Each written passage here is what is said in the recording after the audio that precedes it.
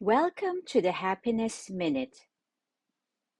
I'm your host, Anna, and today we're diving into the world of photo management with an episode titled Pixelated Chaos to Digital Zen, Decluttering Your Photos for a Stress-Free Life.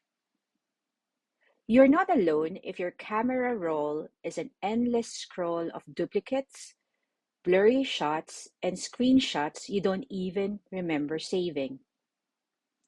In this episode, we'll explore the art and the science of organizing your digital memories. You'll get practical tips, expert advice, and simple strategies to transform your overwhelming photo library into a well-ordered, stress-free collection. Joining us today is Amanda, a London-based photo organizer who's passionate about helping people overcome photo overwhelm with her expert tips and insights. So tune in and let's bring a little zen to your digital life.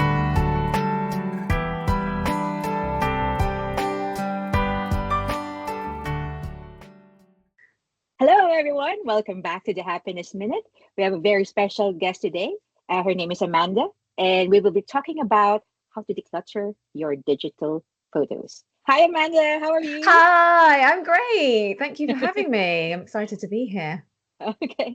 Yeah, thank you, Amanda, for being my guest today. Definitely, really, really happy. So first of all, I would like to ask you, tell us more about what you do. So I am a photo organizer. So Mhm. I help everyone with all of their photo mess because I get it. We take a Yes. lot of photos, especially digital photos. I always think we kind of stumbled slightly into the digital age. So you've got like hard drives and USB sticks and old computers and old phones, and then we've got all of our new phones. And I help everyone with all of that digital mess. So I help my clients sort their photos, but also help all those people who want to try and get, on top of all of their photos as well. So yeah, that's what I do. Okay, thank you. So I guess like today we'll be discussing how to declutter your collection of photos. So what will be the first steps you need to take when you start to declutter all of these photos? Like for me, definitely. I'm gonna tell you a secret. It's about 20,000 now on my iPhone alone. So that's really bad. Ooh, I need No, to admit no, it. that's fine. That's fine. To be honest, I've seen way more, so you're Okay. okay on that one. But I would say the first step actually is to do what I like to call a bit of a hunt and gather. So even though you've probably got some of your photos on your phone, you've probably got USB sticks or hard drives, or you've probably got all Yes, those that's like right. online accounts. So, Yeah. did you have some on Flickr? Did you have some on Google? Oh yeah, All of definitely. that stuff. Do a kind of a digital hunt and gather. So you're probably going Okay. to have to find all of those old passwords because I mean, like, who can remember all of those passwords? Yeah. So just get everything all into one place. So whether it's a hard drive or whether you want to put it all into, Apple Photos, just put everything all in one place and do a little inventory of what you've got. So how many photos or, what the size is. So you can see what you've got to start with. And I suspect some of it you probably have got in more than one place, but we'll address Oh that later. yes, But yes. yes, basically just do a digital hunt and gather. So it might be in a different phone altogether. Yes. Yeah, you've probably got an old phone somewhere. If you've moved around from iPhones to To different, from Android, Macs to yeah, computers, you've probably yeah, got lots of people seem to end up with like more than one Apple photo account if you haven't migrated everything yeah, properly. You just end up with like it all over the place. yeah. So it might take a while to get everything all into one place, but kind of go through, make a list of where you've kind of found Mm. things. I will guarantee that even when you start sorting, you will find a USB stick in a drawer somewhere, and you'll be like, "Oh, I found something else." But find as much as you can and get it all into one place. An external hard drive is a really good place to put all of that because then that can be where you start sorting all of your photos. So external hard drive. Okay, that's a good tip actually. Try to find all of them. Yes. Go through all those drawers, usually like the one in the kitchen, that's got all of those USB sticks that you just throw stuff in. Yeah, find all of those as well. So I guess like like you said, these are the first steps. But what are the common mistakes that people make when they try and organize their digital photos? Like for me, I just, oh, Yeah. this is too overwhelming. I'll just leave it. And then suddenly it goes and goes. Like, oh, no, let's sort it out now. Yes, because and I think that's the thing. Everyone just feels so overwhelmed. It's just like, well, where do I start? So we've hunted together everything. I would say there's a few mistakes that people make. One of them is just to not back up their photos in general. So once you've got Oh, okay. everything into one Yeah. place, back it up. Whether it's another external hard drive, whether it's to a cloud service, whether it's to a dedicated backup service, back it up. Because actually, in the world of our photos, our digital photos are the ones that are actually kind of in danger of us losing. Because if you've only got one copy, then that hard drive technology is not infallible. If that dies, bye bye photos or a very expensive data recovery. So Yeah. the first mistake is to just not back it up. So get everything, put it back up. And then also, people try to keep every single photo is usually the problem as well. So thinking about your 20,000 photos on your iPhone, Yes. how many of those That's just photos the are iPhone. yeah, once you've got everything together, all those photos, you've taken similar photos, or when you've taken like 10 shots of stuff and they all look pretty similar, especially when you've got kids. You tend to take more than one. When they're small and they're babies, oh, let's take lots of photos, and then you get them all together and you're like, they all look pretty much the same. So it's that kind of drive to keep all of our photos. So I would say think about it kind of in the days, think about the whole printed days when you only had 36 photos on a film. If you went to an event, actually, what are the really core photos that you should keep? So the biggest mistake is for everyone to try and keep everything, because I always say, the cloud, although it feels like it's not yours, there is no such thing as the cloud. It's just someone else's computer. Yes. So all of those files are being kept somewhere, even if they're not on your phone. So try not to keep every single photo. And then I suppose the other thing that people kind of get a little bit kind of tied up in knots is they get a little bit overcomplicated in their folder structure. So, Yeah. you put it all into folders, or, so you can find it all, or you put it into albums and they're like, no, I'm going to get really complicated. And actually, sometimes just having a year month folder structure, or just, I've been on this holiday, give it the holiday name, is just a really simple way of making sure that you don't then get lost with your photos. Because as we're going through and sorting your photos, you want to be able to find them afterwards. So Yes, of making sure, course. have a Yeah. bit of a plan beforehand, like, what folder structure makes sense to you, and kind of keep it as simple as possible, and think about how you're going to go and find things afterwards. You mentioned something about folder structure. So that means, Yes. so that's a strategy for maintaining an organization. So are there Yes. other strategies you can tell us on how to maintain an organized digital photo library?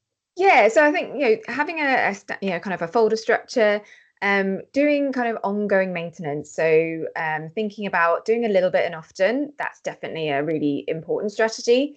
So it's kind of thinking, oh, I've been to an event, I've been somewhere. The first thing you should do is going to go, right, are my photos all backed up? Where is my family legacy catalog? Is it going to be on a Apple Okay. Photos? Is it going to be on a hard drive? Is it going to be on OneDrive? Like, where is everything going to be kept? Then thinking, right, I've done an event, right? Have I downloaded? Have I put all the new photos in? Have I picked my favorites? Have I deleted the stuff that I don't want? So that's a really good strategy, is to kind of get into the habit of, after big events. So we're, if you had birthdays, or it's been Christmas, or you've come back from holiday, it's thinking, right, okay, I need to have a 10-minute with my photos to make sure that I've got rid of the stuff I don't want, because later will never happen. I'm going to sort my photos later. Never happens. No, never. Never, never, never, never, never. So yes, I think that's a really good strategy. And that, there's all sorts of kind of software and programs Oh, that can yes. help Yeah. you do this. Yes, because I know Yeah, I'm like, going to ask that next. yes, we love a bit of software. Yeah, definitely. So are there so what sort of software do you tend to use then? Like for me, I just use like like the one in Apple as well, and my iCloud and that sort of thing. Um I also use Dropbox, but I guess like there's some other software that are available that is out there. Yes. So it kind of depends on what, where, what works for you. So Mhm. there, you mentioned Apple Photos. So there's the likes of what we call photo apps. So there's Apple Photos or Google Photos, and those ones will have AI. So all this talk about AI being new, it's like your photo apps have been using AI for years. Mm. So you've got all of these apps, and they have their advantages and disadvantages. So they will again scan your photos with the AI, and you'll be able to search by that. You can do albums. You can get rid of duplicates, which we'll talk about in a minute. But if you love an app, keep it in the app and sort it in the app. However, some people don't like apps because then your photos are stuck in their world. And Mm. actually, if you want to take it off and almost like be in control of your photos, Hmm. there's various other programs that you can use. There's something called Milio Photos, which Oh, okay. has it's more like an offline kind of option where it does all the AI, and you can album and you can favorite, and you can make your photos easier to find, um, but you have more control over it. I see. Similar, there's a thing called Photo Mechanic that does the same thing. So they're kind of offline programs where you point it towards your photos, and then you can sort them and find them, and put words on them, and it will do facial recognition, that type of thing. So that's like a halfway house. And then the other thing is you can just take control. So you mentioned Dropbox. Dropbox is Mhm. a great option. Lots of people don't realize that Dropbox and OneDrive will automatically back up your photos for you. Oh yeah, I do. That's Yes, what I do actually. So I perfect. have both, but the OneDrive is for business, and then Yeah. the personal one I tend to put it in my Dropbox. Yes. Yeah. So lots of people don't realize, or if they're paying for a Microsoft account, they also don't realize they get OneDrive as well. So it's a really Mm. good way of backing up your photos, because essentially it takes your photos from your iPhone and puts it Yeah, what I call down a one-way street. It backs them up. They're all happy. And so if something happens to your photos, your iCloud yeah, photos are super you're happy. okay. Yeah. Yeah. So but if you're doing that kind of offline sorting, there's some really lovely tools out there that will help you get rid of the scourge of photos, which is Yes, duplicates. 20,000 photos for me. Duplicates, yeah, duplicates is a big problem when it comes to photos. Yeah. So if you've done your hunt and gather, and you found, your old phone, you found your old Apple photos, you found your USB sticks, we seem to end up with quite a lot of duplicates as a result, because you've copied it in all sorts of places, and it's really annoying. Yes. There's Oh some yes. lovely tools out there that will look for duplicates for you. They are, I mean, I love them. They're so good. So there's a on the Mac, there's a thing called Photo Sweeper that will you point it Oh, towards your I should try photos, that. and you can also use it on your Apple photos as well. And it will scan your Apple photos, and it will say these are the duplicates, and you can say how you want it to deal with your duplicates, whether they're like close, almost close. So all of those burst shots or the mini shots that you've taken, Yeah, it yeah, will that's find all right. of those, and you can get rid of them.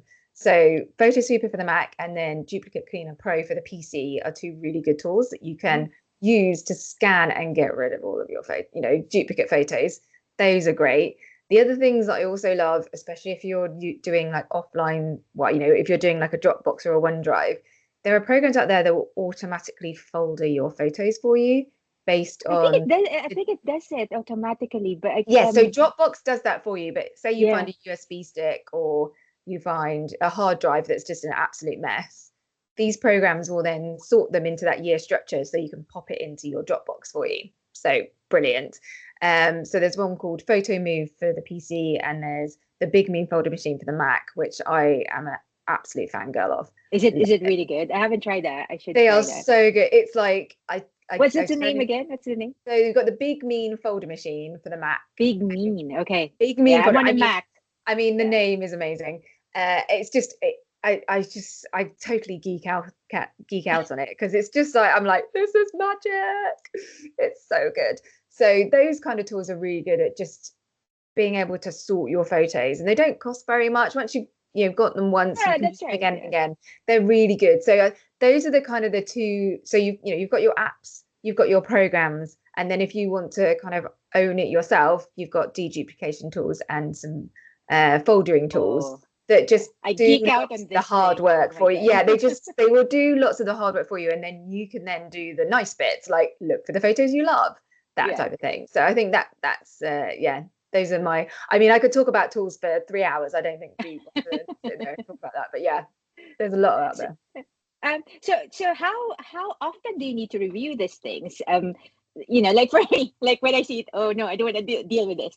But I guess like for some people, you tend to, but when in terms of the business side of things with the photographs, we tend to have a review because of GDPR and Yes. that sort of thing. But on a personal level, how often would you are you required, or you think it's nice to do it?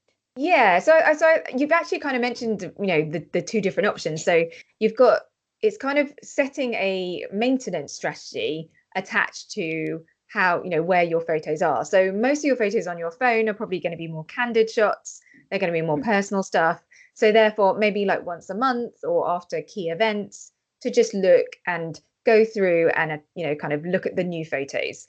And you mentioned a really good kind of thing about, people feel overwhelmed and like, oh, I've got all this historical stuff that I need to sort out.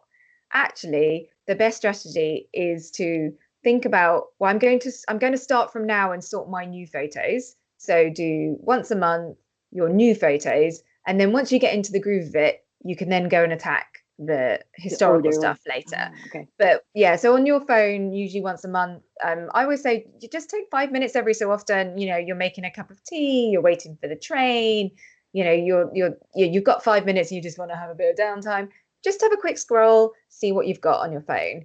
But then, business photos or photos on your computer tends to be more like proper, kind of like maybe you've taken them on a Yeah. camera, or they're business Yeah. photos, or they're important photos. So then maybe it's like once a quarter, because you might not take as many Yeah. random screenshots or pictures of labels on Yeah. those photos Yep. that you Yep. have on your phone. So I have loads of them. yeah, so it's kind of like I always put a little reminder into my calendar as well to kind of remind myself, like halfway through the month, well, maybe just have a look at your photos so that you know where you got to, and then just continue to really look at those photos every so often. But a little and often is always a good idea.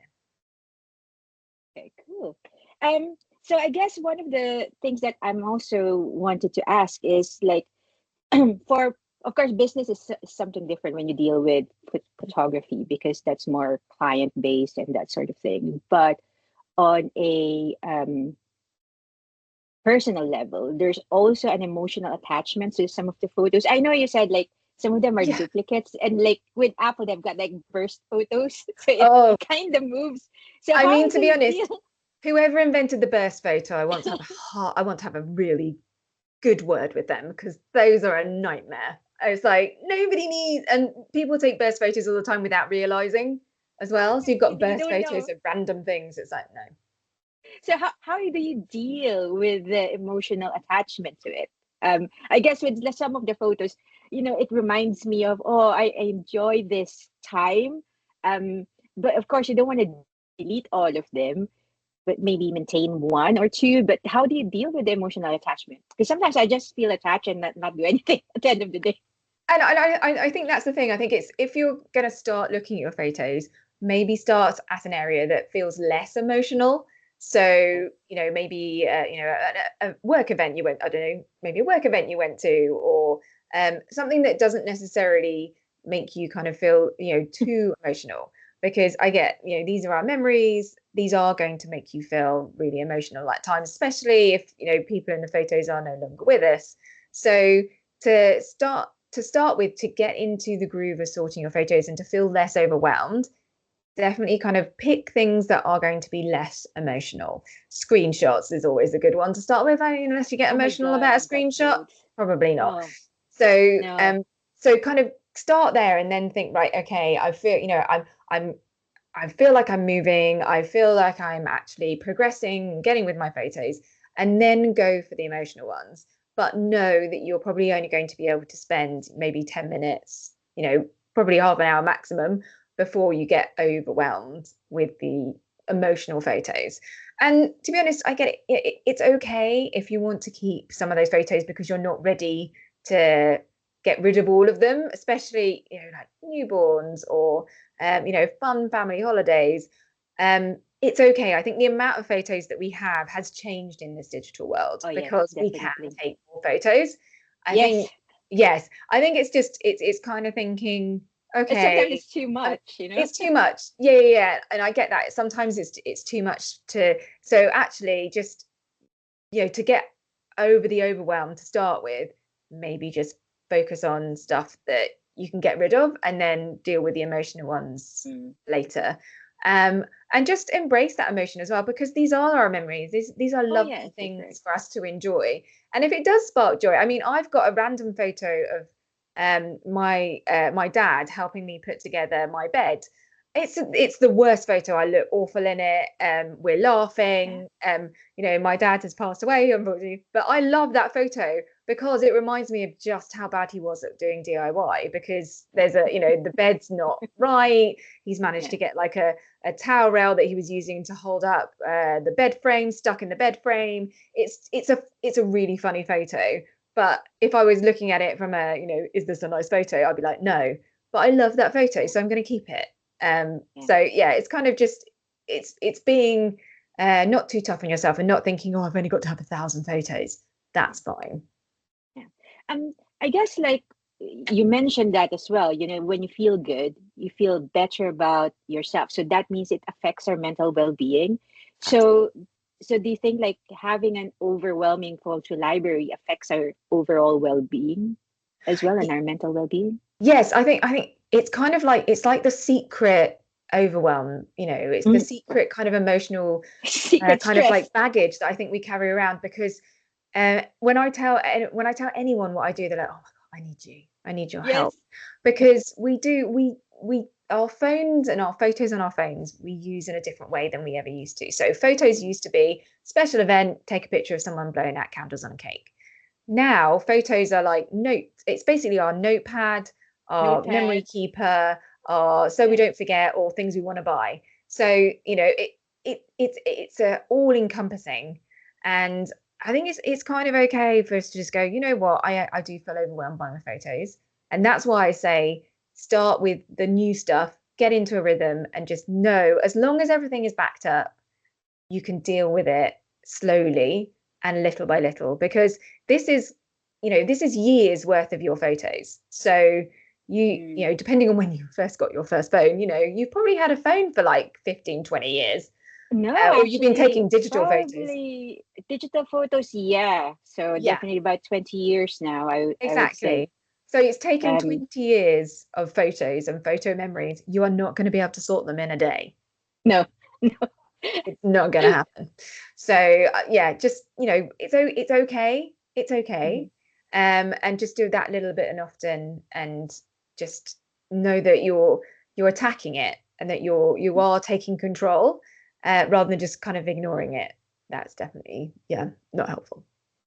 Okay, I guess like I've got two last questions. So my second to the last question is that in terms of is there a difference between photo decluttering from other types of decluttering in terms of digital files? Is it almost the same? You can do certain things similarly? Yeah, so I think the difference between you know, kind of digital files and photo decluttering, one we've already talked about, which is about that kind of emotional thing. Unless you get really emotional about a Word document, probably, you know, you can probably get rid of some of that pretty easily. I don't think so. I know I don't necessarily get attached to a PDF, but it depends what's in it. So I think that there's an emotional side to our photos, but also when it comes to photos, there's also a quality side of it. So that there's that kind of resolution, or what, you know, how you've taken it, or whether you've edited it, or so photos kind of can have a evolution of their life. So it's picking the best one. So if you've taken a photo on your phone and then you've sent it via WhatsApp makes the photo slightly less quality, so it takes out some of the pixels. So actually you'd want to keep the original and not the one that you sent via WhatsApp. Or if you copied and pasted it from one computer to another, you want to keep the best photo and the best quality photo. So the deduplication tools I talked about, you can tell it, I want you to keep the best one, and I want you to flag the one that I don't want. So I think that's where the difference between digital files and digital photo files is, the whole making sure that you're picking up the best quality, rather than just, I suppose in documents it would be like the newest one, but the quality of the Word document is not going to change over time unless you keep adding to it. Yeah. So I think that's the difference. But you can use, like, these programs in the same theory can be used for digital files, using the foldering tools and using the deduplication tools out there will look for files as well as duplicates. So I think that's the difference between the two, is the emotional and that quality side of things. Okay, cool. Okay, and then my last question is that you mentioned a while ago that you help people in terms of decluttering their digital life, especially their photographs. So can you tell us more about, do you offer courses, or how can they reach you if they want to speak with you as well?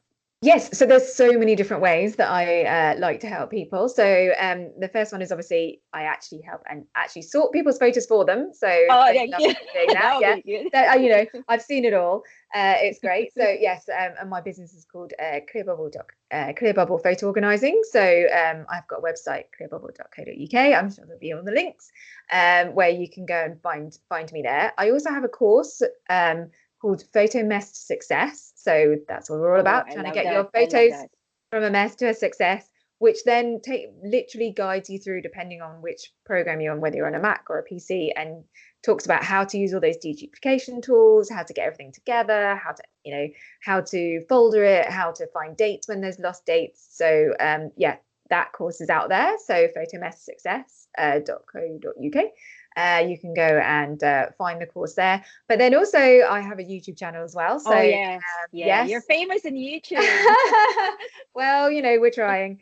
So I've got a YouTube channel, and on the YouTube channel, I'm Amanda Littlecott, the photo organizer, and there you can find little intros into some of the tools I've talked about. So there's one about the photo sweeper is there, and Duplicating Pro.